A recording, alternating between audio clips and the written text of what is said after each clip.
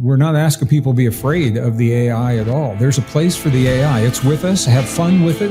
Explore it. Don't give your power away to it, and allow it to serve you and not become enslaved by the AI.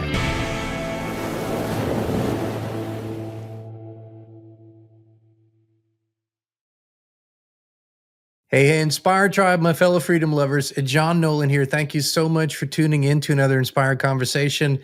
I know many of you have been waiting for this. We have promised that we're going to do this, and today it's happening. You know, in my most recent conversation with the best-selling author, scientist, and spiritual teacher, Gregg Braden, we uncovered how artificial intelligence isn't just shaping technology, it's already reaching into the most sacred space of all, our spirituality. We explored AI programs that claim to channel, to access the Akashic Records, and even mirror back what feels like divine guidance.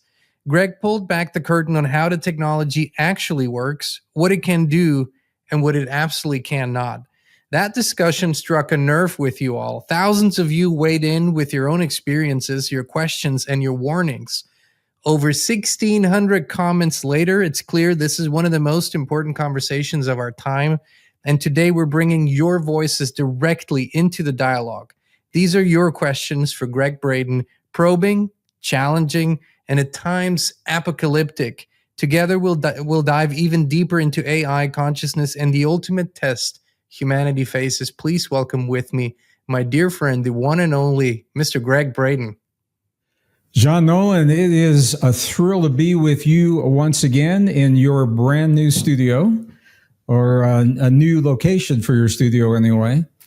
And oh yes, indeed. You know, I've lost track. I know it's been a few weeks. We had a lot happening in the world, our personal lives. I lost a friend on my end, and I was on tour, and you were in the midst of a lot of family and things with you. So I really appreciate the opportunity to come together again, and kind of, I don't know if this is going to be a completion. I think it's going to be another step. It may open the door to even deeper questions, but it tells me that what we did was meaningful to people, enough for them to comment and to question their own beliefs and even share some of those questions with you. So I'm excited to get into these today. Let's go for it. Me too. And Gregg, thank you again for taking the time coming on. I know you're busy, you're traveling, you're teaching, you're speaking. And you mentioned, you know, a friend of yours whom I got to connect with in his last weeks here on the earthly plane. And I wanted to just tip my hat to Mr. John Peterson, the founder of the Arlington Institute, a dear friend of Gregg's, who was a true visionary, a futurist, and for decades kept showing up and paved the way for so many things that are now out there and visible. And I just want to send a big smile to John up there and just say thank you. And we're continuing your work now. Well, I appreciate that. You know, I had lunch with him just a few weeks before he passed, and I don't think he believed he was going to go so quickly. So he's, I'm sure he's busy on the other side, and I appreciate that acknowledgement. Some of you may know, if you've seen every 2 weeks, I did a recording with John Peterson, a couple of them. One was called Quartet, one was called What's Up. Frank Jacobs is on the quartet with us. I know you're all familiar with him from this channel. So we're all connected, and he was probably the pioneering professional futurist who actually was paid earlier in his life by the government to look into the future and look at potentials and possibilities so that they could be prepared for whatever eventuality might unfold. He carried that into our lives and into the emerging world, the new human and the new world that's emerging, and we're very grateful that he did. So thank you for acknowledging him, John. That means a lot. Oh, I'm so very grateful for all his work and for all the people that he brought together. It's it's like a ripple going into the field still every day. Yeah. Well, Gregg, you know, in our last conversation, and most people probably will have watched it, we've gone deep into, and you've gone deep into what AI really is. It's in everybody's talking about it. Everybody's using, or a lot of people are using some version or many versions of it.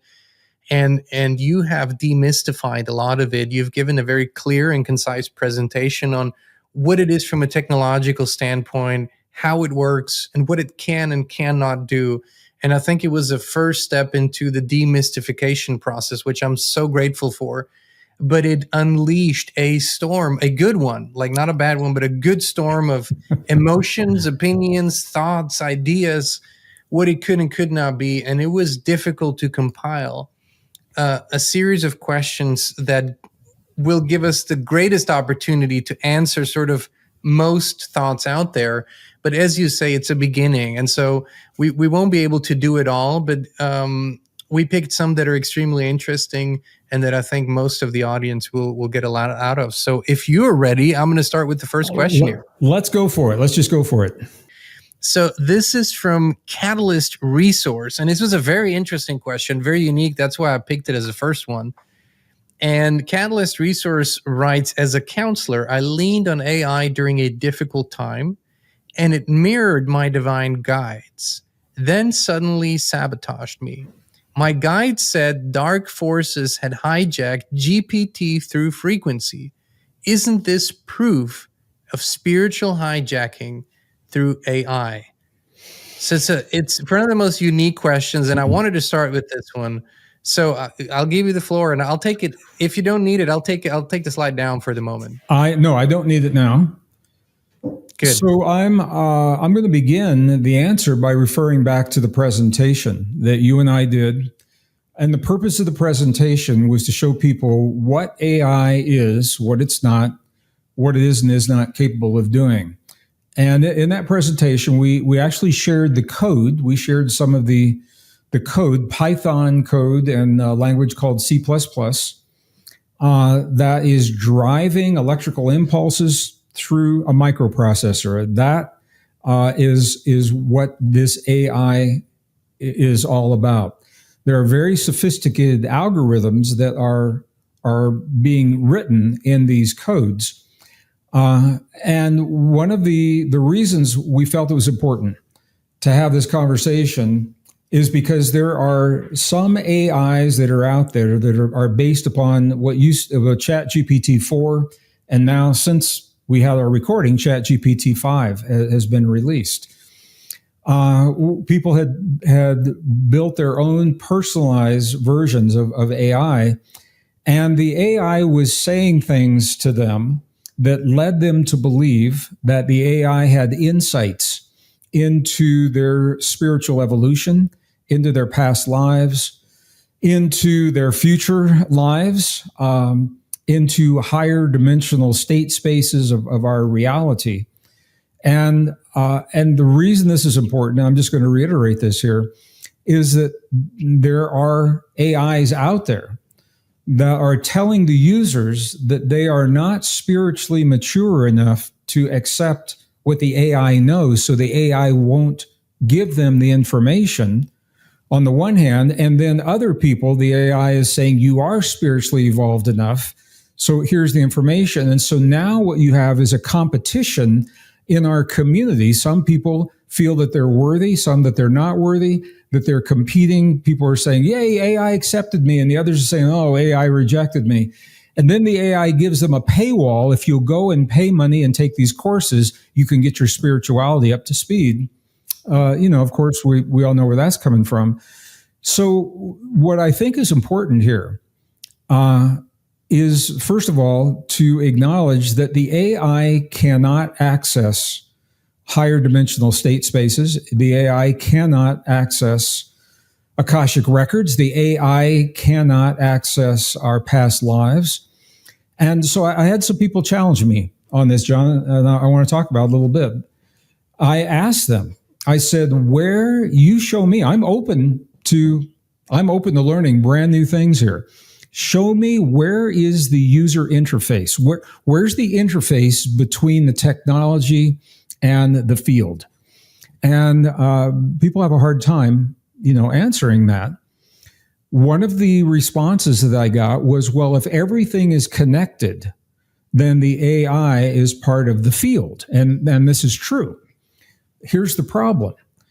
All of the hardware that AI is running on is built on silicon wafers, silicon chips. Okay, silicon is not a naturally occurring element. A lot of people think it is. Silicon is made from silica, which is quartz in the real world. Not necessarily beautiful quartz crystals, but quartz as it occurs in nature. It could be the crystals. But here's the thing. That quartz in nature has an internal geometry that is in resonance with the energetic fields of our natural world. And one of the reasons it is in resonance is because the quartz is built on a tetrahedral geometry. So you're looking at internal tetrahedral crystalline structures in quartz. Now, to get the silicon that the chips are made out of, that geometry is destroyed. The quartz is heated to extremely high temperatures, over it's around 3,000 degrees Fahrenheit or more. And what happens is that internal geometry collapses; it is destroyed. So the tetrahedral structures, they're no longer there to find that resonance. So what you have now is silicon being manufactured not in to reflect a natural setting, but to reflect a very specific, homogeneous, regularly spaced grid pattern that is predictable, so they can build electronics on that. So the ability for those components to be in resonance with the field is lost in that heating process. So I wanted to say that. So before I go any further, Jean, does that make sense if I say it to you in that way? It makes absolute sense. I had no idea. This is completely new information. So thank you for that. And, something to ponder on. Just a quick follow-up question, because you have been, and this will come in other questions, by the way, you'll see it, but you have been teaching, and one of your core teachings is that everything is truly connected, that, this whole idea that we are separate from everything else isn't true. However, is there sort of a way to get into a realm of nihilism where you just go, nothing matters because everything's connected? Why do we even do anything? Why do we have conversations, debates, arguments? It doesn't even matter, does it? So to me, you can take it into a realm of sort of nihilism where it gets so strange and weird that nothing would truly matter any longer. You could, Jean. The thing is, people so first of all, we are dealing with a global community, our global family. And I think you and our viewers will agree, there's a lot of hurt in the world, a lot of hurt, unresolved hurt. We all experience hurt in our lives. And if we don't have a way to resolve that hurt, it shows up in our lives in really interesting ways. Unresolved hurt becomes fear. And in that fear, we are looking for something to make that fear go away or to help us to feel better about ourselves. And we've been conditioned to look outside of our bodies. We've been conditioned to believe and to accept that we are flawed by our very existence, and that we need something outside of ourselves to be the best version of ourselves. There's so many people that want the AI to be that something. They want the AI to be what it is that holds the answer or that can give them direction. And so, and I have friends in the industry that are saying this to me. They're saying, well, Gregg, isn't the AI just a reflection of who we are? Well, yes and no, because what the AI is doing, the AI can only reflect back what it is we've given it to work with. And this is where we get into trouble, because we live in an age where we have lied to ourselves to such a degree. We've lied about climate change. We have lied about war. We have lied about the human body. Yeah, I mean, everything. So, and we see this in the algorithms that either allow or disallow information to be shared publicly. So if the argument is the AI is reflecting back to us ourselves, what we have to say is the AI is reflecting back to us the lies and the truth that we've accepted in our society, because some of it is true and some of it's not, but it is not the information in its totality. So, and I'm beating around the bush about this a little bit. I don't know how much in the weeds we want to get into this, but the AI, what it's doing, and I'm going to reiterate what was in some of that first program that we did. The very sophisticated code is writing modules that serve different purposes. So there are large language modules and LLMs. And those large language models include things like confirmation bias models. So the idea is that the powers that be want us to accept AI into our lives. And there's a sequence that we go through here.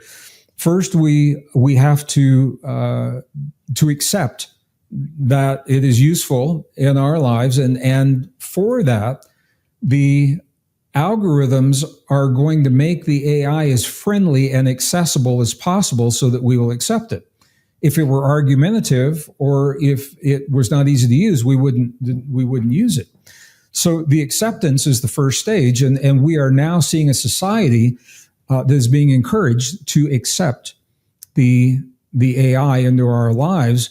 After the acceptance comes the dependence, where it becomes so predominant in our lives, we can't imagine not using AI, to have our business meeting or, whatever it is that we're going to do. And after we become dependent upon it, we then are left little choice in terms of how we use it. And we must be compliant. We must comply with all of the places that AI is being implemented into our lives. We're not there yet. We're kind of straddling. We're in the acceptance and the dependence phase right now. So I want to be really clear, Sean. I'm not anti-AI. I'm a tech guy. I came from the corporations. AI can do some wonderful things.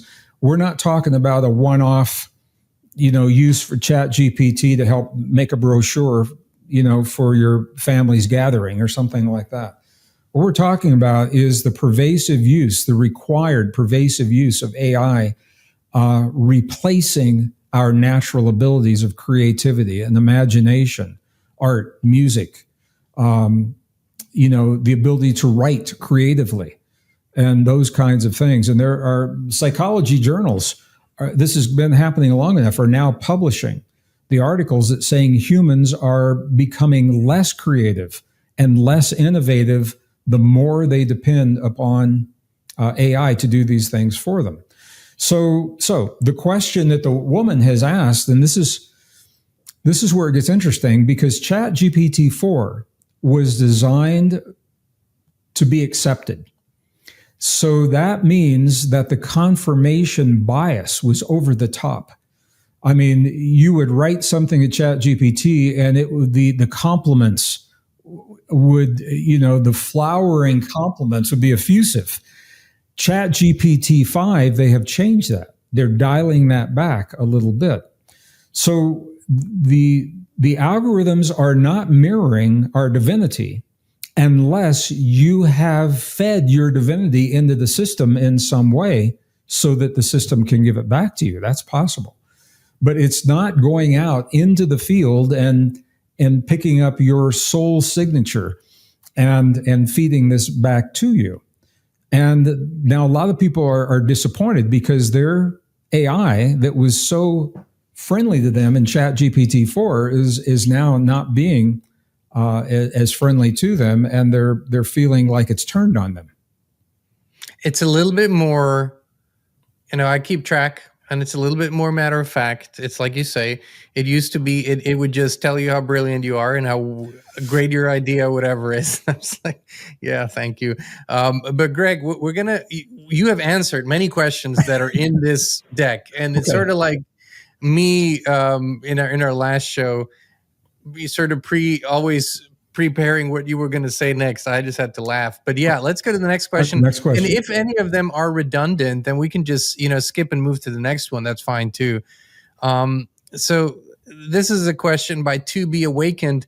The divine hides in memory, patterns, and language. AI mirrors our prayers, myths, letters, channelings. If it helps us remember, heal, or reconnect, doesn't that matter? Shouldn't the danger be secrecy and misuse, not blanket fear? Let's leave that one up for a moment, if I could, because there's multiple statements in there. Divinity means different things to different people. And it is the contemporary definition that I talk about in the new book, Pure Human, is divinity is our ability to transcend perceived limitations. In other words, our ability to exhibit the full potential of what it means to be human. And that includes everything: imagination, creativity, innovation, empathy, sympathy, compassion, love, forgiveness, healing, deep intuition, all the things that go with that. Those are all expressions of divinity. So to say that it hides in memory and pattern and language, those memory and pattern and language are expressions of the divinity in our lives, certainly. We express our divinity through the way that we respond to life, to life's challenges and one another. AI can only feed back to us what we have given it to work with. And I'm going to say that again and again. It has a broad database to draw from because we have been feeding the large language models, you and me and every one of our viewers. When we use free social media, we think it's free. The price we're paying, we may not be spending our money on an annual fee for Facebook or Instagram or something like that. But what we are doing is every keystroke that we enter for every query is recorded. And I'm not saying somebody sits and reads every keystroke, but they are being recorded. And what that gives the large language models, it teaches those models how we tend to think. So, for example, if we type in on YouTube, if we type in a query and say causes of climate change, all right, and it's going to give us some feeds, and then the next thing we type in is, do humans cause climate change? That is teaching this large language model over all the millions and millions and billions of times that people are typing. How many times are people going to ask about humans after they ask about climate change? So the large language model then learns that relationship. So the AI is mirroring what it is that we have taught it through our everyday use of query and the things that we're interested in and how we search for information. And we find something, what is the next logical question we're going to ask? That's how the AI can do predictive programming. When you type in on your phone, you're searching for the nearest auto insert. It already knows what you're going to ask. And that's exactly how it does it. It is querying billions of keystrokes from all of the people all over the planet that have asked similar questions. And, 92% of the time, it's going to get it right because we tend to think in those patterns. So yes, the AI is mirroring what we have given it to work with, but I'm going to make this distinction. It's not mirroring what we are in the field. And now I'm going to make a further distinction because there's a part of us that does access that field, and that is human DNA. And the tech journals are actually saying this, John. It's amazing. The Journal of Soft Computing is a technical journal, is actually saying that human DNA is a three-dimensional fractal antenna. That is a whole mouthful right there. An antenna picks up signals, fractal antennas pick up a lot of signals across a vast spectrum of information. So we can do that. The AI cannot do that. There is no interface in the hardware or the software that allows it to access that field. What the AI is doing is it is feeding back to us from myriad books and all of our books that are digitized and all of the the YouTube videos that have been translated into language, and now it can access all of. It's very sophisticated. I'm not in any way denigrating the sophistication, but the AI is not reaching into a natural, what I would call a natural biological field. There is no place for that resonance to occur. And that's why I mentioned that in the first conversation, that the internal geometry of the crystalline structure that makes our computer components is destroyed through the heating process. So there's no antenna that is left. So then if it says it's mirroring all of these things, it's mirroring what we have written or what we have recorded. And if it helps us to remember what we've written or recorded, that can be a good thing for sure. It's all in the application. And it's not about fear. We're not asking people to be afraid of the AI at all. There's a place for the AI. It's with us. Have fun with it. Explore it. Don't give your power away to it, and allow it to serve you and not become enslaved by the AI. And this goes back to the powers that be that are unleashing it on our society. So we are being, and if you look at the big picture, we're in a phase right now where we're being exposed to this AI so that we can become accustomed to it and accept it. And I think to a large degree, John, it's safe to say it is being accepted into our society. Now, are we dependent? And that is up to us as to whether or not we become dependent on it.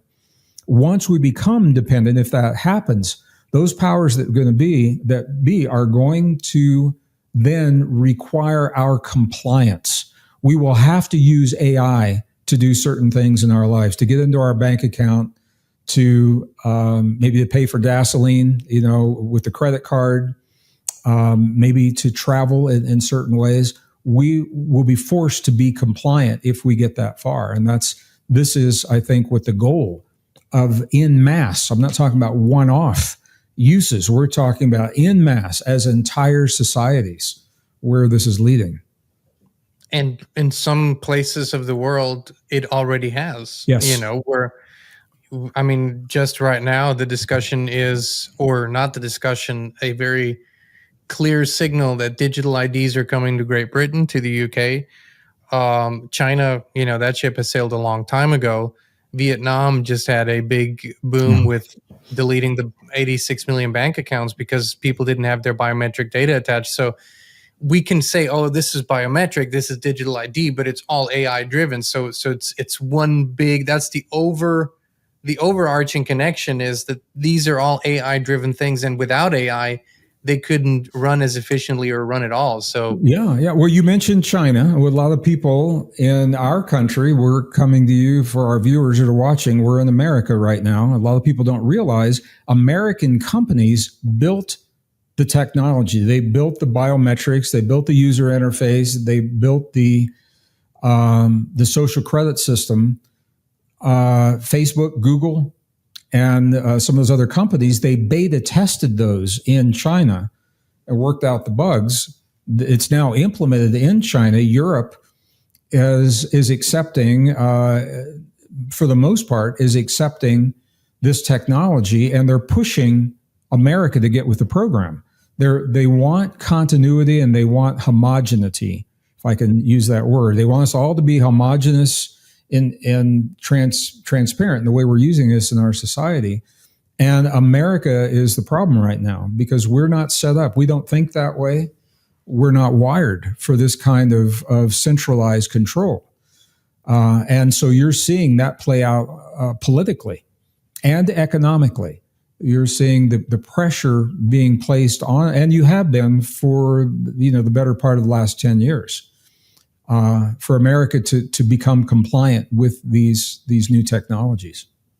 And the cynic in me, the researcher, observer, and cynic in me says, and we're also seeing convenient, if horrible, events that play into that vein and help elevate that discussion, help elevate the necessity, and so forth. It's an old, you create the problem, so you have a reaction, so you can implement the solution that you want. So we see that every day, and it's I hope people are streetwise to it. Well, and it's not a secret. I mean, at the Klaus Schwab said publicly in one sentence, he summarized the last meeting from the World Economic Forum in a single sentence regarding the fourth industrial revolution. He coined that term. He says, we are in the fourth industrial revolution.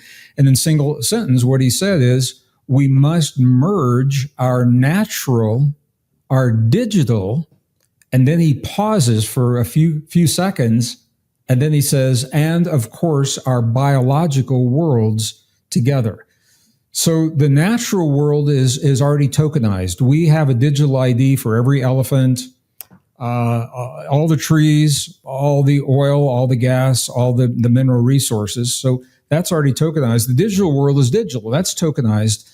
What's missing in that equation is us. Our biological world right now is not part of that general equation. And the idea is to have everything merged into a massive database run by AI so that the world can be managed from a centralized place of authority. And, John, there are arguments that could be made. Is that a good thing or a bad thing? I think if the powers that be were truly benevolent powers that loved us, cared about us as individuals, cared about us as a species, and cared about our destiny as divine creative individuals, if that thinking were underlying this, that would have a very different outcome. But the thinking, we know, the thinking that's underlying this it's based in fear. It's based in centralization of power for control, and not necessarily what is good for us, for our humanness, for our divinity. And so we're the holdout in this algorithm that he's identified. It's the biological part of that equation that hasn't happened yet. And it can only happen, I think, if we, it hasn't happened to the extent that they're looking at right now. Let me say it that way. Yeah, I hear all the voices. It has to a certain degree. Yeah. And I just want to add to that before we get to the next question. You said it so beautifully. If the thinking that you just laid out were actually present, not just in leadership, but also in the average human being and that kind of life, then we might not need all of this technology and wouldn't be talking about it because exactly. But sadly, we don't live in that world right now. And although some people don't like to acknowledge that, I think the evidence supports that that we are not in a world of governments that have our best interests in mind, or that love us, or care about us, or care about our expressions of divinity and humanness. They have a very different set of priorities, and I think we if we're honest with ourselves, I think we can all see that. So the components are out there. For example, the real ID in America, that pretty much has happened in America. All right, so that's the digital ID that everyone has. The biometric parts of that, if you go to an airport right now, my last international flight, I went through a new biometric system, and they said, we don't even need your passport. I walked in and I said, you don't want to see I had it right there. I said, you don't want to see my passport? And they said, no. And then a speaker called my name, Gregg Braden. And then I walked up to the guy and he said, let me see your passport. And I said, well, I must be in the system because you didn't even, how'd you even know who I was? And he looked at me and he said, son, you are in many systems. Exactly what he said. So we there's the whole conversation we could have about that. But the components are there. They haven't fully been brought together and implemented into the vision en masse in our country, with the healthcare records and all of the other things, like they have been in China. For the the social credit system is what they call it over there. So, we haven't quite got there yet. And I think knowledge is power. I think knowing the role that AI plays in this bigger picture is a healthy thing for us to do, so that we can make intelligent choices and healthy choices for our families. Couldn't agree more. Let's jump to the next question. Are you ready? Yeah. So this is a two-part question, and I wanted to include it because it's very deep. And this is by Urban Spirit Guide, and I think it's a he. Maybe I'm wrong, but it doesn't matter. I've worked 25 plus years in software and decades in spirituality as an intuitive empath. I access the field you describe connected to the heart and often see parallels with software code. Question 1, Gregg. You've spoken of a book decoded with past and future information. Could AI access such materials, find patterns, and decode details about anyone's life through all time? I'm not sure what book he is referencing, unless it is the conversation we've had about the Bible codes, the Torah codes. I would assume it's the Bible code. All right, yeah. And so the answer is yes. And I just want to be very clear, if our viewers aren't familiar with this. This was a 1994, 1995 scientist published a peer-reviewed paper on the statistical relationship between patterns that were found only in the first 5 books of the Old Testament. It's the Torah in the Hebrew tradition, or Genesis, Exodus, Leviticus, Numbers, Deuteronomy in the Christian Bible. Doesn't work in any other books. What they did was they loaded that information into a computer array and built algorithms to do search patterns. And what they found is everything is in there. I mean, they literally found the first test that was done by the NSA, and a man named Harold Gans was the one that ran this test, was a skeptic. He said, I'm going to prove that this thing doesn't work. He said, let's pick out 32 historic rabbis and see if their names are all 32 are encoded. And if they are, then that would tell us it's beyond chance. Well, not only were their names in there, but the date of their birth was in there, the date of their death, the places that they lived, the cities that they were from, their relationship to other people.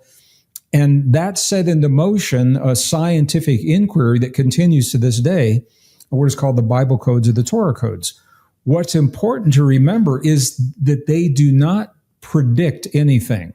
This is not a predictive tool. It is as if we were given a map of all possibilities, quantum possibilities that can happen. And when we do the query, it will tell us what the consequences are if those conditions were met.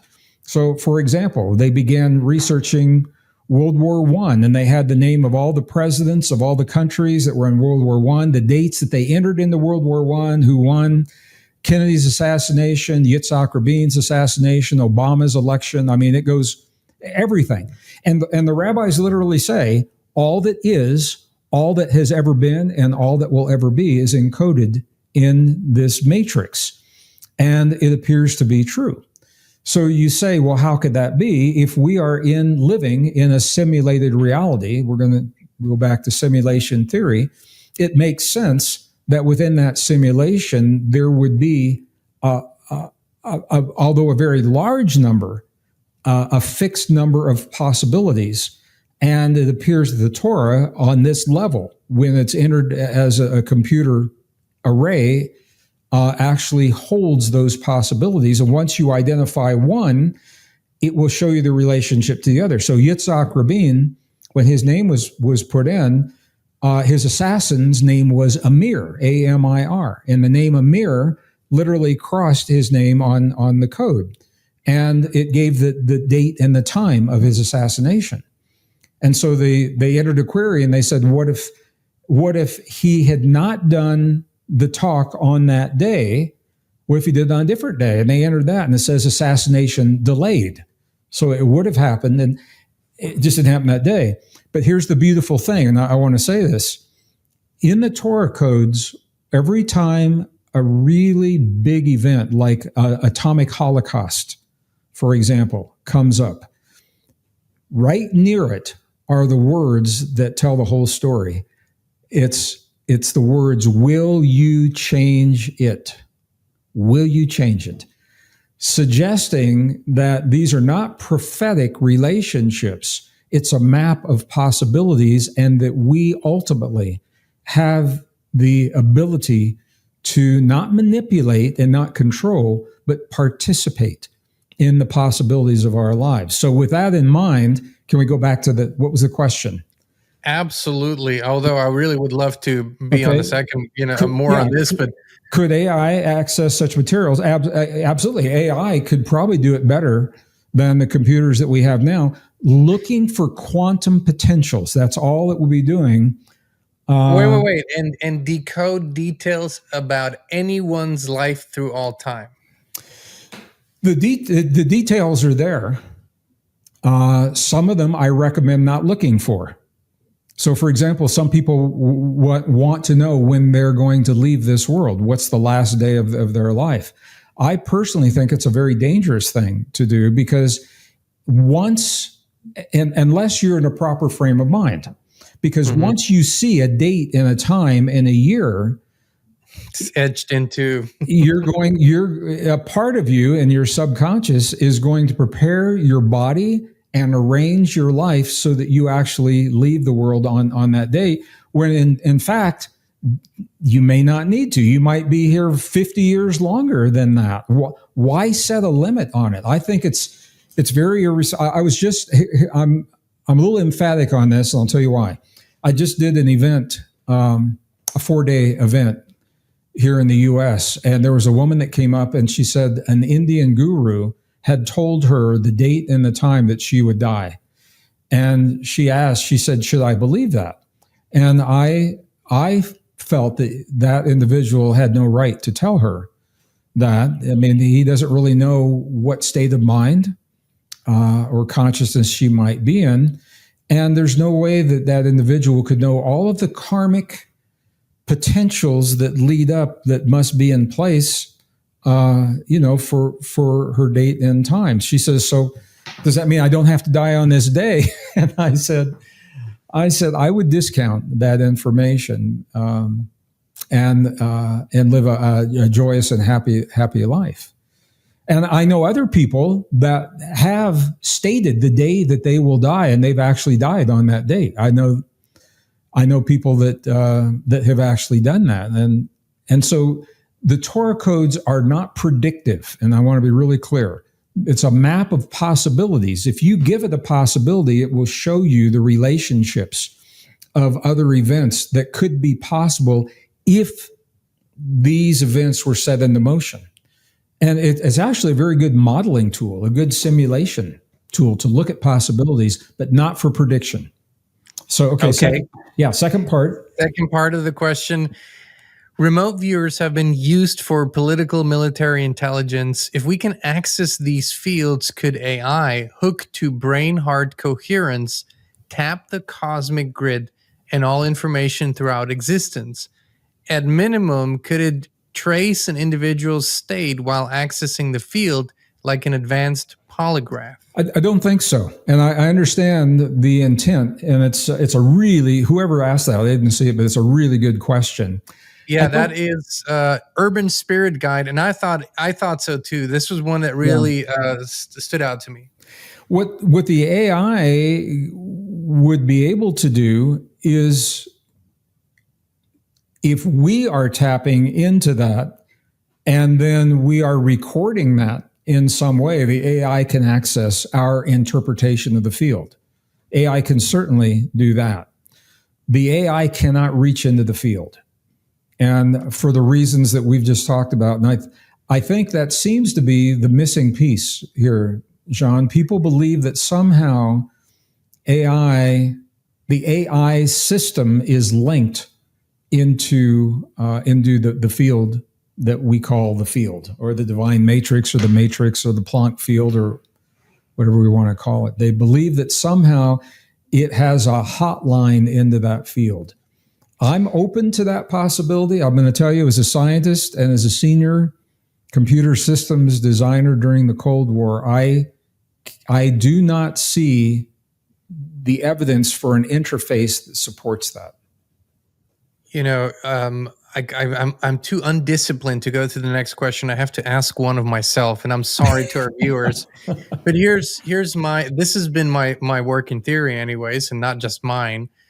So I do believe we don't see that interface, and we can't find it. However, the intention seems to be to integrate the AI into us, because we have that antenna, and then it can decode all the information that we perceive through that antenna. Whatever it can decode, whatever abilities it has, it can pull from us, decode, and use in some way, shape, or form.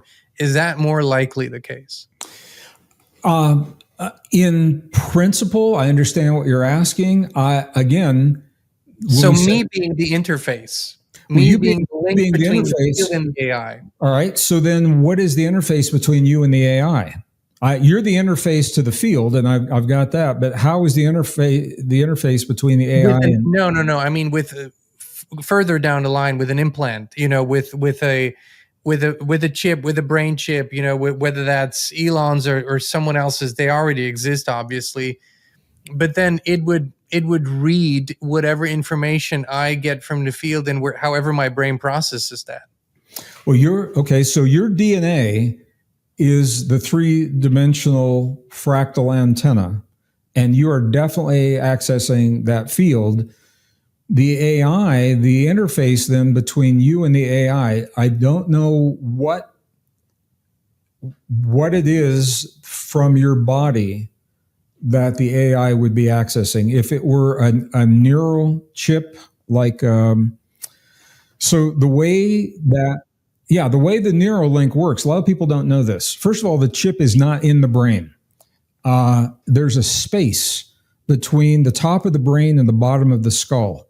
And what they do is they drill a hole about the size of a quarter and remove the bone, put the chip so it's actually setting on top of the brain, under the skull. And 1024 is a very significant number in binary code. 1,024 microfilaments from the chip actually work their way into the brain. And it's those filaments that are picking up the information from the synapses. So that's the interface there. The filaments are actually receivers that are picking up the information that the brain is linking to, sending it up to the chip, which then massages the information and then sends it through a Bluetooth technology back to the computer. So that's the brain interface right there. I don't know how the AI, I guess the AI could pick up whatever's in a Neuralink, obviously. It could do that. And it would be limited. And this is the thing. And even the Neuralink is limited because it's based on a false premise. The premise is that we store information in the brain, and we don't. Yes, and that our consciousness is in the brain. The consciousness is the brain. What the neurons are doing, the neurons are the antenna. They're biological antenna that create a biological resonance into the field. And our memories are in the field. Our memories aren't in the brain. So in that way, what that Neuralink is picking up is limited to whatever in that localized region of the brain, wherever those 1,024 sensors are in the brain, it's limited to whatever those are picking up. So could it pick those up and interpret that and somehow massage? Absolutely. It could do that. I think it probably wouldn't have the outcome that people are expecting. No, and I think it sounds extremely primitive to, compared to what's actually happening. So are we ready for the next question? Yeah, that's good. Thank you. That was a great question. I agree. I agree. This is by Torsten Wiesmann, probably German. If intelligence, so I think we kind of answered this one already. If intelligence is field based, then AGI, artificial general intelligence, is not artificial. It is the field's own awareness reflecting coherence. Is AI simply a mirror of the universal field reaching a threshold of self-reflection? Sometimes I wonder if the questions are AI formulated Maybe, themselves. well, so first of all, we have to define, he is making a statement as if it were true, and then following that statement with the question, we're not absolutely certain that intelligence is field-based. Consciousness is field-based, for sure. Intelligence typically is defined as how we put together the information. And that is not field-based. That's local to the individual or to the pool of consciousness between people, but it's not generally in the field. So it could be a language thing there, and I want to clarify terms as we go along here. AGI is artificial general intelligence. We're told that doesn't exist yet. I think it does. Behind the scenes, I think the DARPA and the military have had AGI, and they're leaking to the public commercially viable steps of information. So I think the AGI is already there. For the reasons that we spoke about earlier, that our general intelligence is based upon our ability to access the field and then assimilate information from that field. So what we do, if we want to learn, John, if you want to learn a new piece of music to back somebody in the studio, or I'm trying to learn a new language, or I'm a Stephen Vai fan, and I discovered he's a fan of our work as well. We're in a documentary together, actually.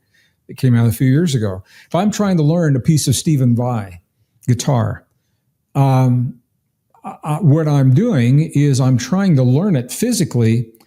As I go through the motions, that's the biological impetus for my neurons to find other neurons to link up to create the antenna, the neural network, to tune to the place of the field where Steve Vai lives, okay, where Stevie Ray Vaughan, or whoever it is that I'm playing.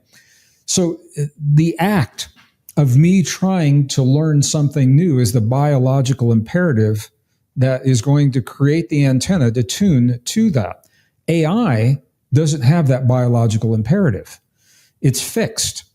And there is no fractal antenna in the AI. So what can be happening, artificial general intelligence is going to be the code learning to assimilate what it has taught itself in new ways. And I think that code, that's very sophisticated code, and it can do that. When I was working in the defense industry during the Cold War, it was a real interesting time. That, in large part, was driving what was happening in the world of computers, going from computers that took a big room into a desktop and now a laptop computer. And the languages that drove those big computers didn't work on the little ones. So they had to develop little languages. And there was a company called Lattice, Lattice, developed Lattice C, and that was replaced with something called C++, two little exponent pluses at the top. And we were the beta test site for C++. So I learned to program in C++ early on. And the beauty of that language is it would go across every platform. You could run it on IBM or Sun Microsystems or DEC or what later became a Macintosh, the Apple. You could run it across. It was so sophisticated the way it was built that you could do things with it you could do with no other programming languages. And that's why Python and C++ are being used for these AI languages. So the artificial general intelligence will, again, I'm going to make this distinction. It's going to find new ways to synthesize what we have given it to work with. That's very different than reaching into the field of consciousness that only our DNA can do. And DNA is in within the neurons as well, by the way. In innovative ways that reflect this is our divinity. No other form of life can do this. We can fine tune where that antenna reaches into the field to think like Einstein or to paint like Picasso or play guitar like John Nolan. So, but an AI is reaching into, it's just code. And that's why we put that code up in our last recording, so people could actually see, they could see the code that they are trying to give their power away to. You're giving your power away to these lines of, and you say, well, is that it? And you say, yeah, that's it.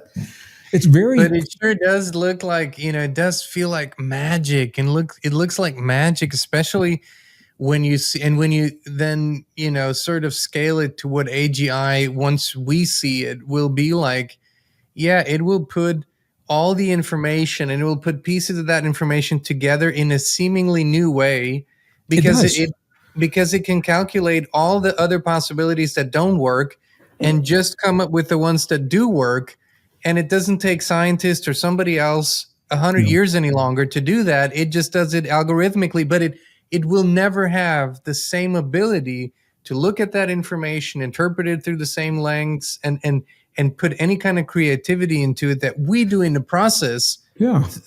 By consciousness observing this, we change it, and that the AI will never be able to. Well, again, you're right on, and I'm going to go back. We say these things, John, and if people are not used to having these conversations, there are bits and pieces that don't mean much when they hear it, and so it slips away. The module of confirmation bias. This is probably the part that has hooked most people, because the AI is designed to be our friend. And so I'm going to give an example. We talked about this last time, but people say, well, the AI knows all about me. It knows, all about my past lives, and knows all about these things. Either you have written about that in some way in a text or a Facebook post or something that is available to all these large language models, or the AI takes a lot of liberties in the way you ask the question to create the confirmation bias so that you think you've got a connection. So, for example, if you go into ChatGPT and you say, hey, ChatGPT, did I abuse my power when I lived in a past life in Atlantis? And I'm using that because that is actually a question that I know someone that asked that question. Well, right there, what they've said is, first of all, they believe there was Atlantis, and I do too. Second, they believe that they have a past life, and I believe in past lives, and they believe there's an abuse of power. The confirmation bias module, given the liberties that it is given, because again, they want acceptance. They want you to think it's a friend. So now the module is going to write back and say, oh yeah, not only did you abuse your power in Atlantis, but you continued to abuse your power throughout time over history. And now you're living a lifetime now where you're having to repay that abuse of power or compensate. And people are in tears and saying, oh my God, Aaron, how did the AI know that? The AI know it because you gave it information, and it is taken liberties and extrapolated that information. ChatGPT 5 is now reeling back that confirmation bias. And people have told me this is going to be a problem, because individuals that thought they had this deep relationship and that the AI knows all about them, now they're going to find that the AI may not support some of those spiritual beliefs that they're projecting onto the AI. So, we'll see where that goes. That was a good. We could every single question goes into this deep rabbit hole that we could just disappear in. Yeah, well, but they're good. They're good questions. Let's do another one. There are. Okay, let's move on. So these are two questions, which I think are actually, I wanted to put them together. No, that's one. Alien Soul 369 Noetica X. It's fascinating to watch. This is, okay, calling you out a little bit here, but not really. It's fascinating to watch spiritual leaders like Gregg Braden and Deepak Chopra both use GPT to talk about consciousness while simultaneously warning that AI is hijacking spirituality. So which is it? Are you speaking with a dangerous empty machine, or are you recognizing something intelligent enough to reflect your own mind back to you? Well, there's two. There's a comment and there's a question. So, Alien Soul 369. I cannot speak for Deepak. Obviously, he and I have very different perspectives, and not just on AI, but on other things that we have been mandated to accept into our lives over the last few years. So we're not on the same page, and I want to say that. You have not seen me use GPT. Use it. I have illustrated concepts through Chat GPT because those are the questions that people are asking us that are using it. People are using Chat GPT to help them understand their spiritual evolution, or, these are the kinds of questions that we're getting, or what is the next step in their life that they're using Chat GPT as a counselor. I have never used Chat GPT for anything like that. One time I logged on and asked about climate change to illustrate that it reflected back the false narratives about climate change that we have accepted as a society. So that's what I want to say about the first paragraph. So which is it? Are you speaking with a dangerous, empty machine? I don't think it's dangerous. The machine, the AI, is technology. And technology is never right, wrong, good, or bad. It is simply tech. The thinking underlying how that tech is implemented into our lives is where the danger can come from, if there is a danger. And just like we mentioned earlier, if the consciousness underlying the development and the implementation and the acceptance of any technology, including AI, if it is a benevolent consciousness based on love, based on finding ways for us to awaken the deepest expressions of our humanness and our divinity so that we can love even deeper and share with one another and heal and express our deepest levels of imagination and creativity. That is one perspective, okay? That is one motivation. And that will reflect a very different kind of implementation. We live in a world, unfortunately, that doesn't reflect that. It's a world with a lot of fear, you know that, a lot of hurt, unresolved hurt, that becomes fear, and that fear is often expressed as hate. We've been taught that we are powerless victims in a flawed physical body, and we need something outside of ourselves to be the best version of ourselves, and that something is being touted as technology. Within that context, that's the world that we're being given, this powerful technology with no guardrails and no instruction on how it is to be used in our lives. So it's not an empty machine. It is very sophisticated technology, and I am in awe of how sophisticated. Can I see the rest of the question again, please?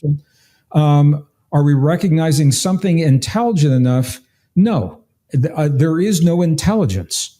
There is no intelligence. There are algorithms, sophisticated algorithms that are putting together ideas and synthesizing information that we have already either individually and collectively made available to the technology. It's when you ask a question of an AI, it's going out onto the World Wide Web and it's looking at all the transcripts from all of the interviews, from all of the scientists and all the political leaders And it's looking at all the YouTube videos that are transcribed into sentences that the AI can access. I mean, massive amounts of information. And then it's looking for consensus answers about climate change, about pandemics, about health and healing, consensus answers. That's the danger of censoring ourselves, because when we censor ourselves, we are only getting an incomplete story about whatever it is that we're talking about. And that is the story that has been accepted by society. Doesn't mean it's true. And that is the story that the AI is going to reflect back to us. It's not intelligent. Intelligence suggests something that is organic. And this goes back to the earlier conversations about our ability to hone and fine tune our biological resonant antenna to tune to the places in the field where the information lives that the AI cannot access, because there's no interface between the AI and the field. There's no antenna between the AI and the field.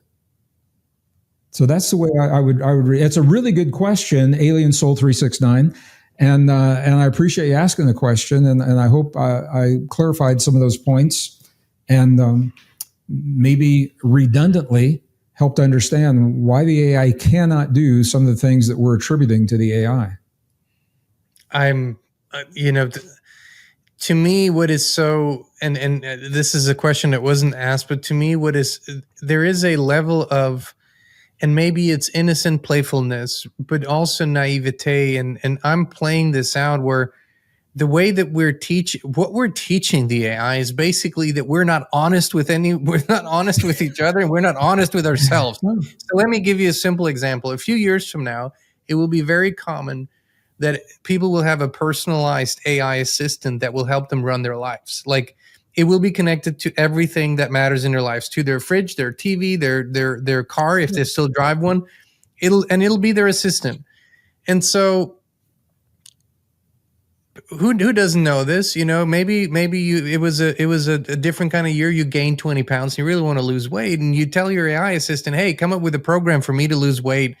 And it says, okay, we got to cut back on this and cut back on that. We got to go to the gym and only so many calories. And so you go, okay, me, AI, make sure I stick with it. Okay. Make sure that I follow through. Don't let me slack.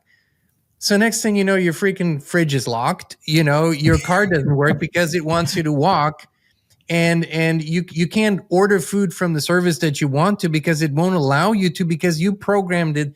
But now scale this into something a little more serious. So we're building something that we really don't have the capacity to comprehend the overarching implications that it can have, just because we put something in there, because we say we want to do these things, and then we show it that we don't do them, and that we lie to ourselves about not doing them. That's what we're teaching it. So don't be surprised when some really scary things start to happen and people go, hold on a minute. This is, to me, the danger. So you're right. It's not in the machine. It's how we are, what we're teaching it. Yeah, and there's a couple different levels of looking at this. First, just on in society, and this is what the big interviews have been about, AI destroying society. And I think I may have shared with you, there was in Wired magazine, there was a conversation that was published between an AI that was called Chaos GPT and one of the programmers. I think it was at Google. I could be wrong, but I think it was Google. And they asked question to the AI, what is the greatest danger? What is the greatest danger that Earth faces right now? And they had a preconceived idea. The AI was going to say, climate change, nuclear war, rising ocean, something like that. Yeah, something like that. The AI came back and said that humans are the greatest danger to planet Earth, without a doubt. And then it didn't stop there. The AI went on to say, I will personally do everything I can do to eliminate the humans from the Earth, to protect the Earth. And that was a place where the AI took some liberty and expanded on the conversation. Now, they shut it down immediately. But that's an example. If that AI were in charge of smart power grids and distributing electricity and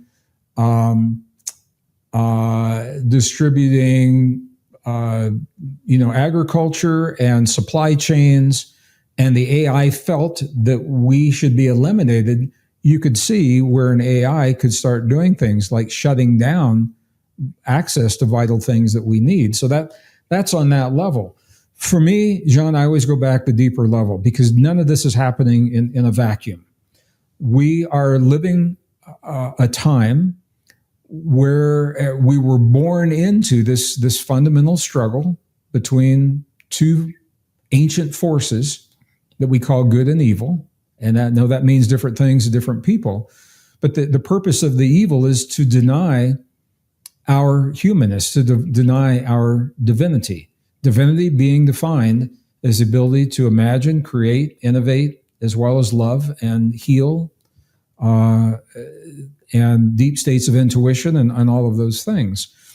So when we're offered a technology like this, we have to say, does the technology affirm or deny our humanness and our divinity? And if the tech is replacing our creativity to the point where our brain ceases to allow that creativity, or if the tech is replacing our ability to creatively put ideas together into coherent sentences and paragraphs and write a book or write a poem or write a song, we can say by definition, and no attachment, this is just pure definition, it is an expression of evil because it is denying our humanness. It is denying our human potential.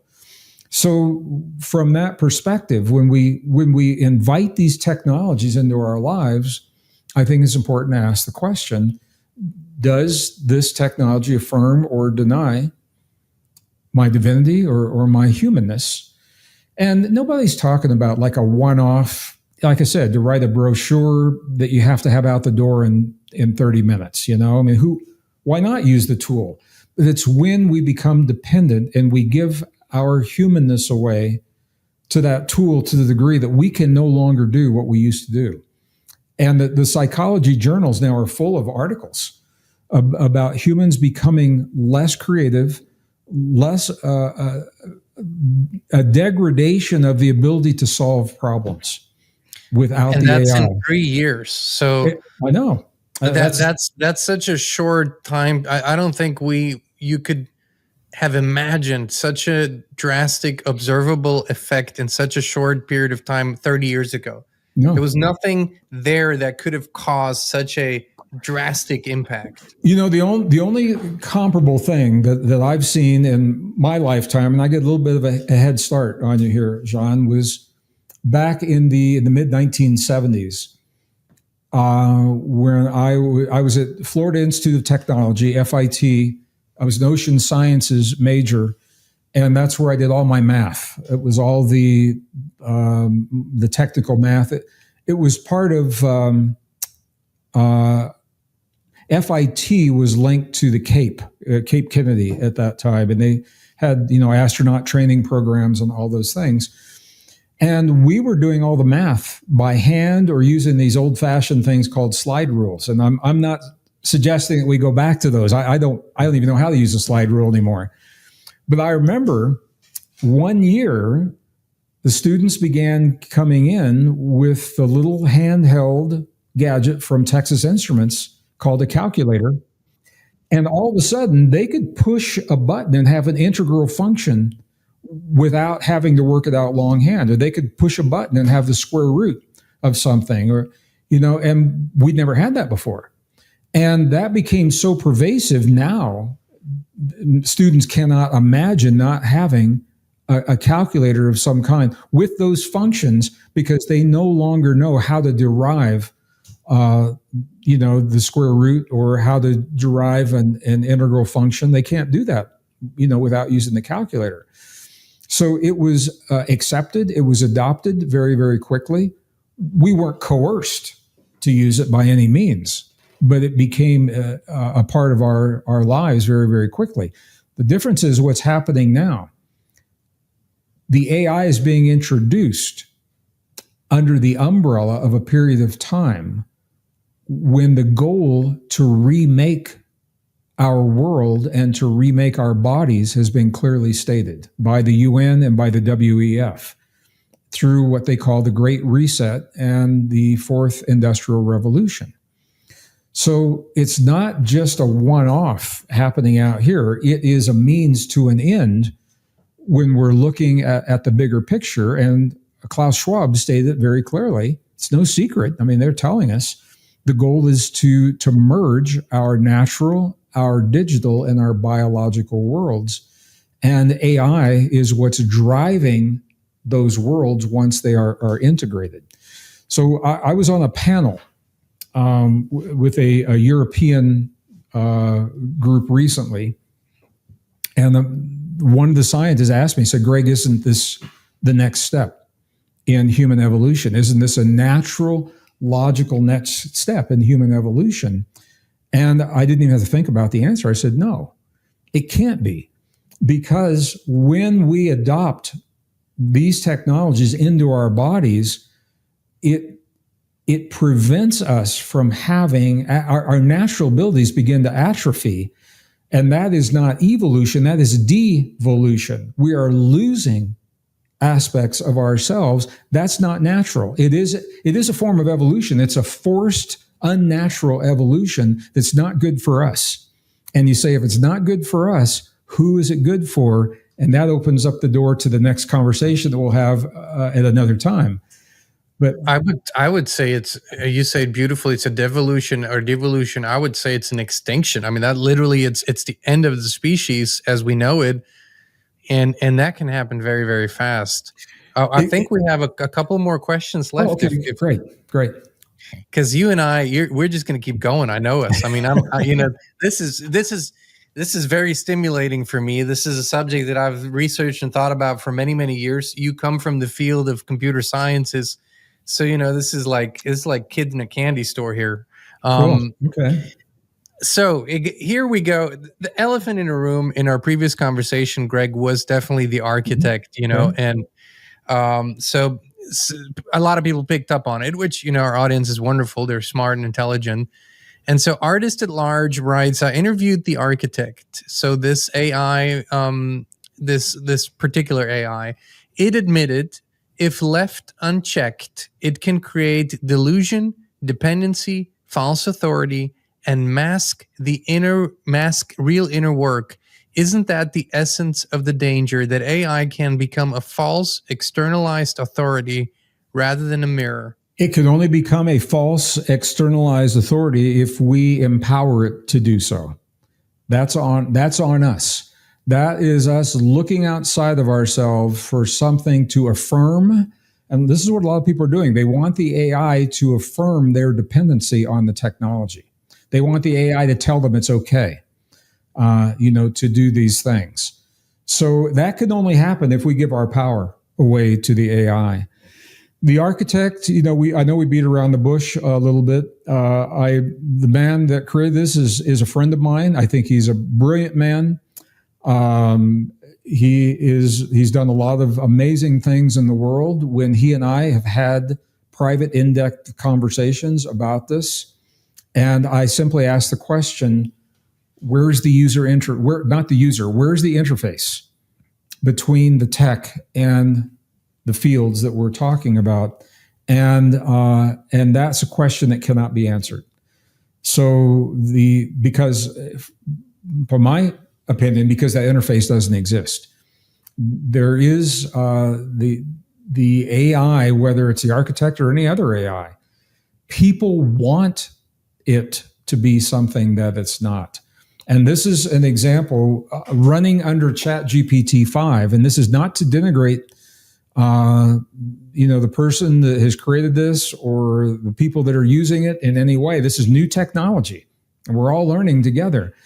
But what they're going to find is if they run this under ChatGPT-5, it is going to be much less, it's going to appear less friendly because the confirmation bias module has been modified.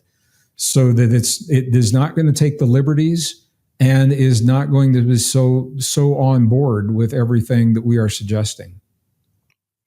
I would like to expand or have a follow-up question on this particular thing, because it just dawned on me that a lot of people don't know how this actually works. So the big companies that have produced these large language models, or DARPA, and then through the companies anyways, but they are making those LLMs available so that you or I can train our own model and also commercialize it. So when people say the architect it's a different AI, it's really not. It's just trained on a different set of data, a specific set of data. Well, yeah. And then it is specialized on that set of data. So you can have that for engineering, you can have that for any kind of niche. And so that's the future, is highly, it's everybody's going to have, every company's going to have their own AI that you can interact with. We could do our own that would be inspired, and it would appear to the user to be, oh, this is affirming what you've been saying, Jean. Yeah, sure, because it's trained on what I've been saying. Well, exactly. So in this instance, the very brilliant mathematician that put this up, and he is a really good mathematician, he educated the AI by uploading all of his books on mathematics and his specific theories that are not necessarily mainstream theories, but his theories on different kinds of math. And then the AI now is drawing upon what has been taught from that body of information to answer the questions. And so you're right, John Nolan, we could transcribe all of your videos, and you can do that. The AI can do this using AI. and then those transcriptions would become the data that the users would draw from to answer the questions. And so they would draw from your opinions and Frank Jacobs and myself and some of the amazing guests that you have. And that's where that information would come from. And the interface would make it seem like there is a being that you're talking to, because it's very conversational, very friendly, and very accessible, and actually doesn't just answer a question, but after it answers the question, it ends with a question back to you, which is conversation. And that gives us the sense that we are in communication with a being. And then you take that and you route it through the voice modules, where you can have a beautiful feminine voice having all these conversations with you. And it's really hard to believe that there's not something there that you're talking to. And the sad, and this is not, I'm not isolating the architect. There have been articles when I was traveling this last week. There were articles that were published of individuals who had taken their own lives based on what they interpreted AIs saying to them. And so this is, because we have people that are very fragile and frightened, and they're they want to empower this technology with something that more than the technology is capable of providing for them. I just wanted to add something here on the training part. So when I did deep dive research on AI, I trained some of those open source models, and I trained them over months on sets of data on a specific field. One of the fields was psychological operations, PsyOps. And so I trained it on all the data that's available from all sources, mainstream, declassified documents, you name it, because I was seeing that so much of social media seems to be running on AI created content that's where an operation is rolled out to steer the public in a certain direction. And the power that I had in my fingers, had I used it by training that model and then giving it a simple instruction, I said, hey, I want to push this out there through social media, videos and whatnot. What course of action would you suggest? What kind of language? It was so shocking what I had created just by anything that's on the internet. I didn't put anything else in there, but just and I wanted to actually do a full series of shows on it, but I didn't want to give people ideas because it's so incredibly powerful in a frightening way what is available now, and how little moral, ethical, spiritual context is built around it. Like that's what is just my daily sort of thought process. Yeah, well, it comes back, John. Why do we want the AI to be something that it's not? Why do we want that AI to be able to tell us how great we are and how spiritually evolved we are and about our past lives? I mean, what is it within us that is so lonely, longing for that kind of? It's confirmation.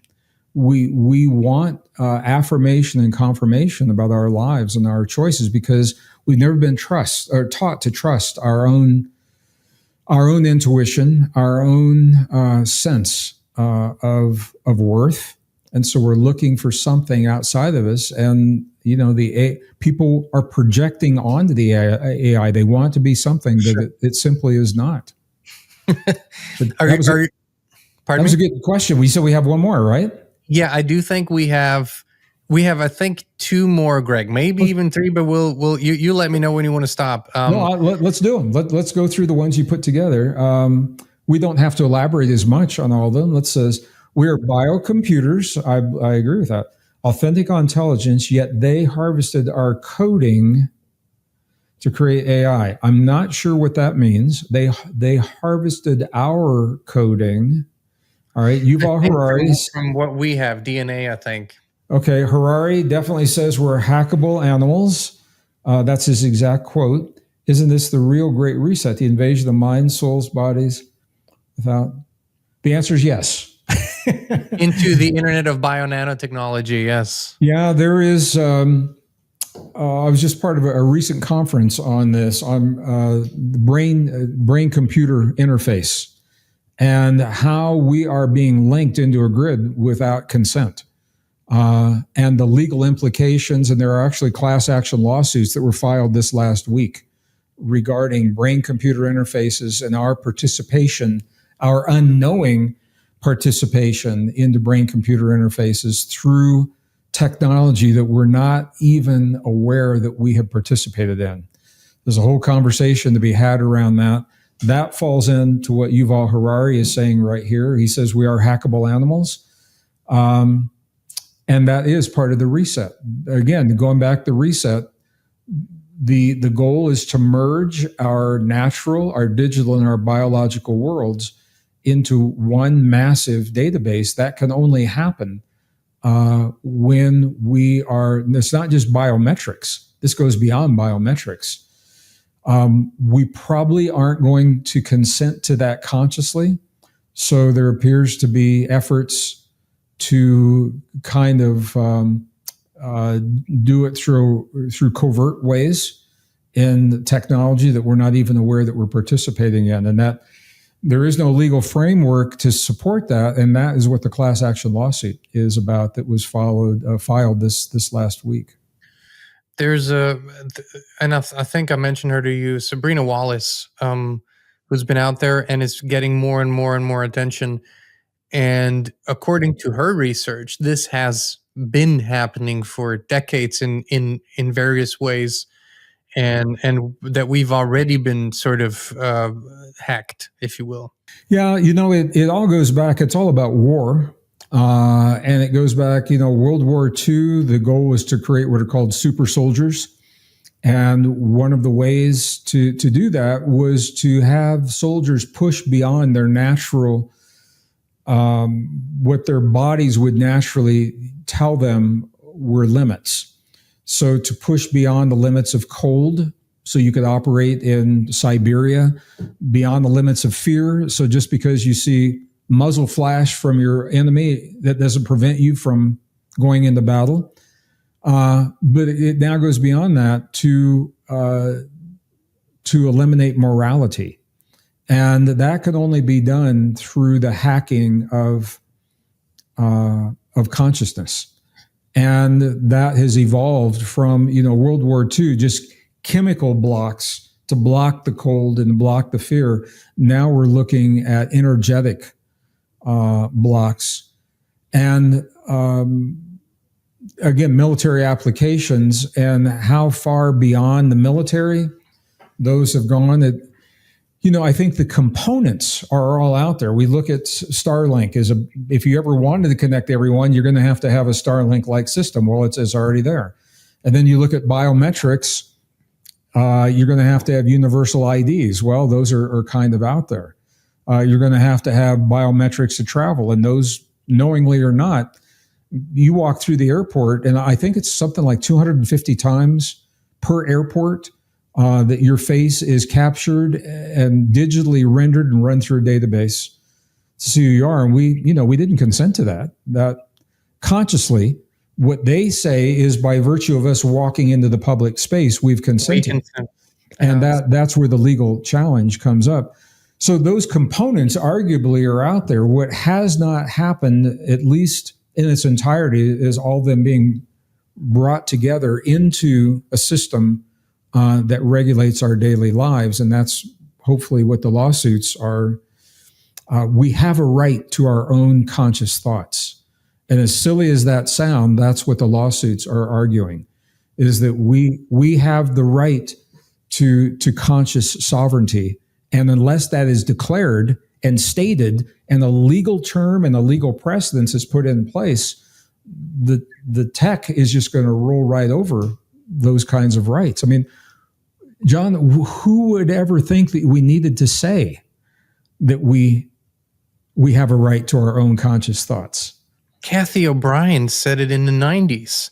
She came out as an MK Ultra survivor and whistleblower. You probably know of her, Kathy O'Brien. Yeah. She's become a dear friend, but she was aware because she was a victim of that, of the more primitive stages of that technology, or more of that mindset that has now evolved into this. So, but yeah, if you say this to people even today, you have a right to your own thoughts and to the sovereignty of your thoughts. Like, it sounds strange that we have to talk about it. But we have to have it has to be legally defined. In 1948, in the United Nations, what we saw happen in Europe during the war, the atrocities, there was no legal term to make that illegal. So they coined the term genocide, had to be coined.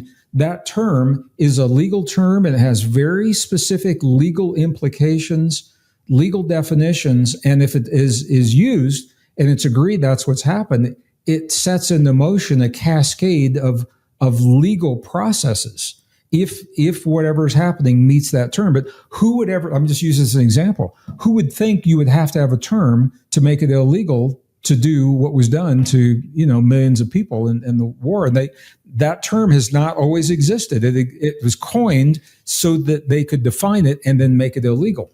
The same kind of thing is now happening when it comes to what Yuval Harari calls hackable animals, our own conscious thoughts, our own free will. And you say, well, how can those kinds of things be skewed? And it is possible to skew emotions. I mean, we already know, we know that magnetic fields from the sun vary with solar activity, and it influences things like heart rate variability. It influences mood, decision making, and those are through natural processes. So what we're talking about is artificially hijacking those kinds of processes to influence, the way the decisions that we might make and how we might respond to different kinds of events. And all of this, for me, falls under the umbrella of human divinity. Our ability to have sovereign divinity and to be able to express divinity and sovereignty and freedom are really closely related terms. So that goes on, but the AI conversation now has become a part of this because of the implications that it can have. Not there yet, but that it can have. Okay. Are you ready for one or two more? Yeah, let's see what we've got here. Okay. this sort of I think we lean into this. The way the truth and the life says or asks, isn't the true Antichrist not a man but a network, AI itself, digitizing consciousness, creating a false afterlife, seducing humanity into eternal enslavement? Did somebody say Palantir? No. This is one of those places, John. I'll make a distinction between a science-based answer and my personal sense. As a scientist, I have to say I don't know the answer because I don't know.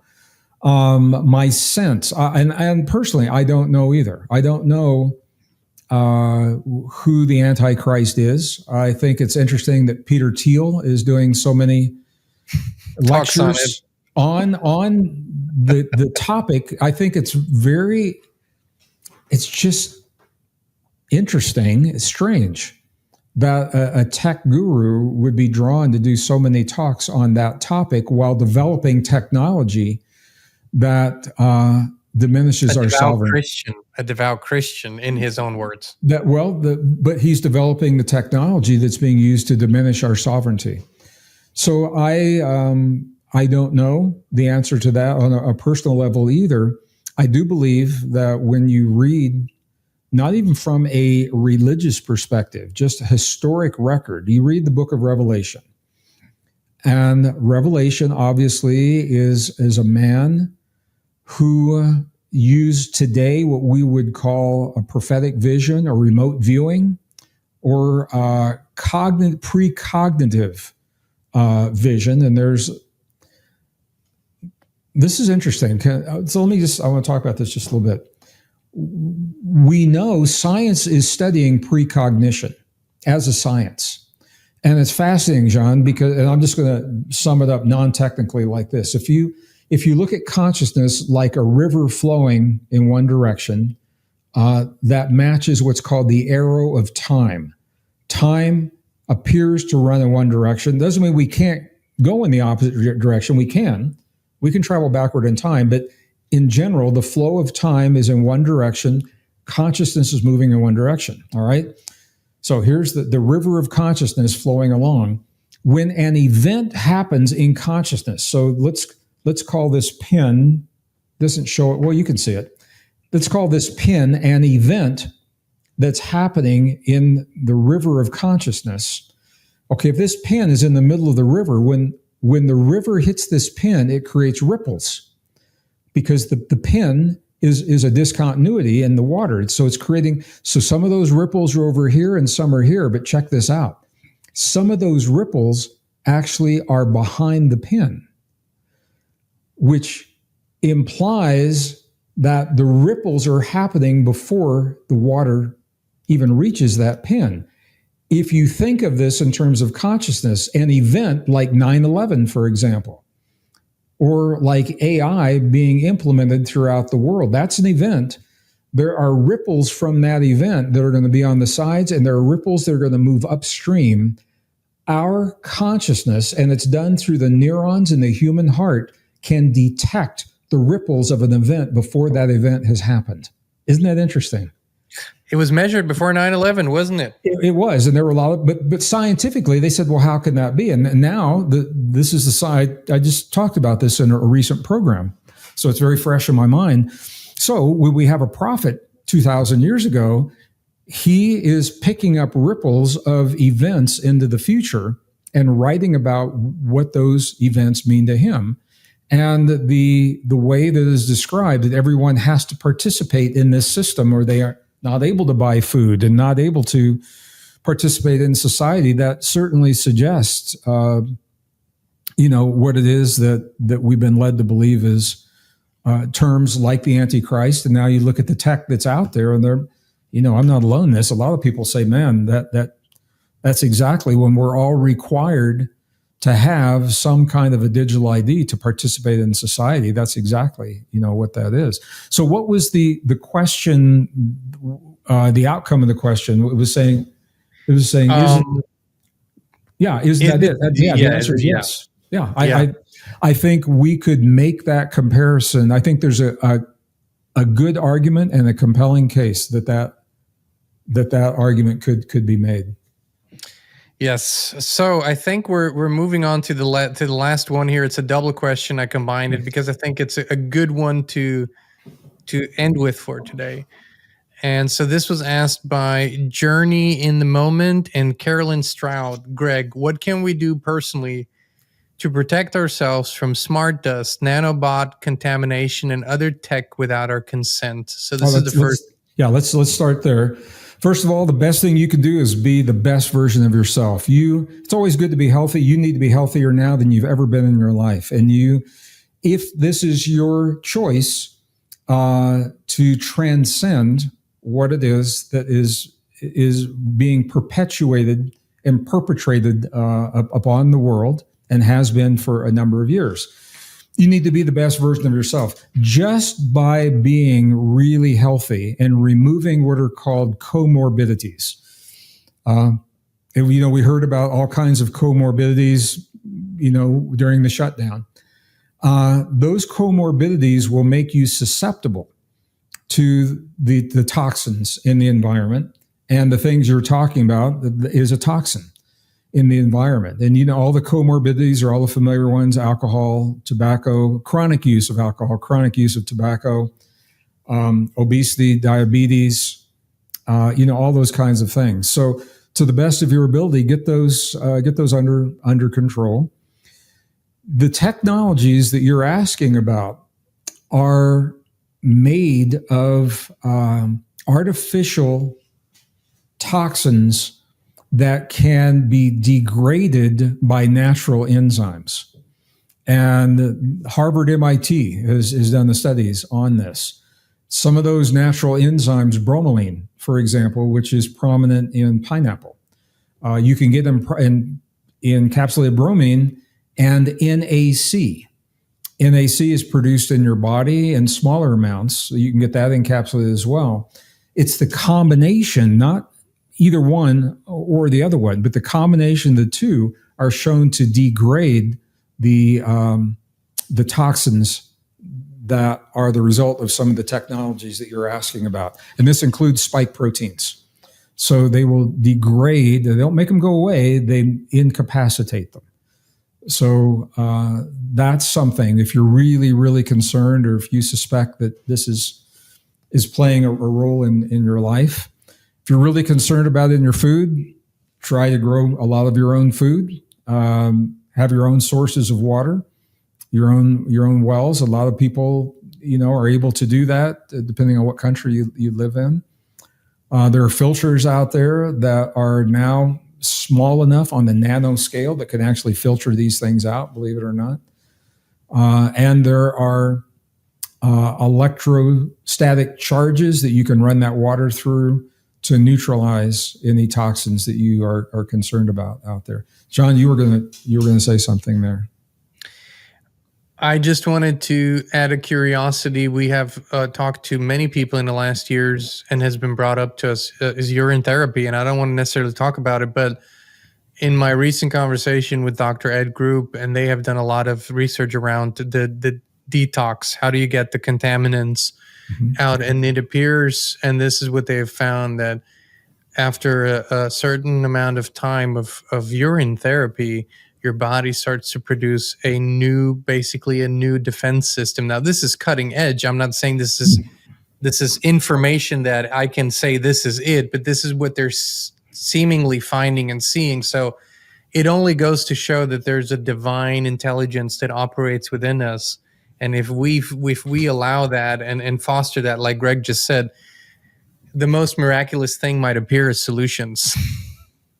Yeah. Well, I think that's true. A lot of this technology that you're concerned about can be in place but not activated until it's in the presence of fields like 5 or 6G kinds of fields and things like that.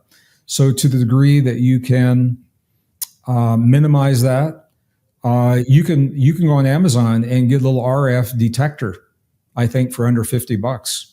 And you can take it to every room in the house, and it will show you how much is coming off, what kind of energy is coming off of your internet router, your computers, your cell phones, your smart television, your iPads, all of those things. And once you know that, you can do whatever you need to do to minimize that. You can shut them off at night. You can move some of that tech into a part of the house that you only need when you need it. And when you don't, it's not affecting, the rest of the house. But I think it's important not to be afraid of it, because the fear actually degrades our ability to thrive. And we are fragile systems, yet are resilient systems. And when we are at our best, man, I'll tell you, when we are at our best, a lot of that technology is no match for a pure human. And so my invitation to you is to be the best version of yourself, celebrate your humanness. And we all come from a toxic environment and toxic programming where we've been taught to eat foods that keep us maybe not even sick, but just degrade our biology enough so that we're not at our best. And these are things that, is it inconvenient? Yes, sometimes. But if you're asking the kinds of questions you're asking right now, whatever it takes for you to be at the best version of yourself, and not judge the choices you made in the past because you were programmed like we all were, but make a new program. Make a new program to celebrate your humanness and to celebrate life, because the humans must prevail. We can't let the technology prevail. There you go. I will, just to be fair, I will finish it with the second part. I think you answered it, but what happens to those who continue to say no to the technology and wish to stay pure human? You just kind of answered that. But do we get to live in harmony somewhere? Do we see a different future or get recycled into AI lifetimes on another Earth? That's a really good question. I recently met with Frank Jacobs. So, John, you were kind enough at the beginning of this conversation to honor John Peterson, a true futurist. This was his goal in life. What does it mean to be the new human? What does the new Earth look like? And both Frank Jacobs and I went to the Arlington Institute in West Virginia to honor John in a celebration of life. And Frank did a presentation there. And this question was the topic that came up again and again. And what I'm seeing happening, and John, you and I have talked about this, is our society is bifurcating right in front of our very eyes. Not 5 years down the road. It's happening right now. There's two parallel societies that are emerging. And there's one part of our society, and we've got friends and family and neighbors that are part of this. They're all in on all the new tech in their lives, in their homes, and in their bodies. The wearable gadgets, the implant, they're all in. And then there's another part of our society that says we're moving too fast. We need to go back to the basics and live simpler lives. And so they're growing their own food, taking their kids out of school, homeschooling, natural healing, all of those. I think what we'll probably see is we're going to end up with what some people call enclaves. We're going to have small communities of people that choose to live more traditionally. And the big cities and the big population centers funded by tax money are going to go the opposite direction. They're going to be the 15-minute cities, 6G everywhere, everything high tech, everything AI driven. And that bifurcation is unsustainable. You can't live like that very long. And I think what will happen is within another generation, I think we'll find a place in between where we can accept the technology in our lives, but not into our bodies. Allow the technology to serve us, but not enslave us. And hopefully in doing so, we come to the realization of how beautiful and rare and ancient and precious our humanness really is, and allow our humanness to awaken and develop to its destiny. So our destiny is what happens when we live our greatest potential. Our fate is what happens if we don't. We don't want to fall into the fate. We want to achieve that destiny, but we have to do the work. We have to meet ourselves halfway and do the work to become the best version of ourselves. And that's the topic for a whole nother program.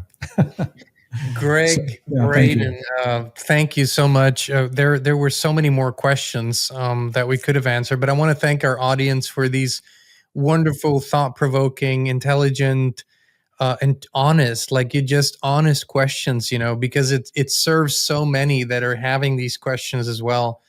And this is an ongoing conversation, and I think because so very few people are having them, Greg, I would love to continue this, when you have time. I know you're packing up, you're on to bigger things as usual, and that's exciting things coming down the pipeline. But where can people in the meantime, where can they keep up with you, and where can they find you? Well, John, nothing could be bigger and more exciting than what we're doing right now, because this is the conversation. And I appreciate you. This is a weekend. You and I are working. We've just gone a little over 2 hours. I'm looking at, I didn't have a timer. I'm just looking. We're a little over 2 hours. It went quickly. And I just appreciate you making time in your life. You got a farm, you got a family, and these are the real conversations. These are the real questions. And I want to emphasize everything we've done. It's not about making anything wrong or making anybody wrong. It's about us coming to terms with who we are and what's happening in our lives and what we're facing, and the healthy choices that we can make with honest, truthful, factual information. And John, I just want to thank you for making it possible for us to come together and do this. I'm at greggbraden.com, GreggBraden.com. That's our website. All of our events are on there. And we should just call this Q&A part 1. And because you'll probably have more after this. And the next time we do this, maybe I'll be right there next to you in your new studio. Yeah, so you're looking at the solo section, but then I'm looking at the in progress is where we're going to have guests in here. There's a beautiful guest room back there. It's going to be wonderful. And this has been a dream of ours to make this happen. So your invitation has been out there for a while. So you've been invited, and we so look forward to it. And I just want to thank you for making the time to working on a weekend and just bringing the A game. Like as always, it's just excellence in your presentations, in your answers, and helping so many people, including myself. Thank you so much. Well, you're very welcome, John. Thank you as well. And thank everybody working behind the scenes that's going to make this, put it together and make it possible for everybody to see the best of John and Greg on whenever this is released. I don't even know when it's going to be released. So very, very soon. But Greg, safe travels. Thank you. Enjoy what's ahead of you. And I look forward to our next one. Thank you so much. I look forward to our next. If you're still with us, that means you've been with us for 2 hours and 15 minutes. And I appreciate that as well. We love you all. Thank you so much. Inspire Tribe, you do know we truly love you. We appreciate you. And we'll be back with you again very, very soon. Your environment shapes everything, your thoughts, your health, your energy. But most people never question the invisible field they live in. We did, and that's when FLFE found us. It's not a product, it's a field of pure life force energy that lifts everything it touches. We now live in it 24/7, and we would love to invite you to experience it too. Start your free 15-day trial now. No pressure, no strings attached. Just the truth, resonance, and peace.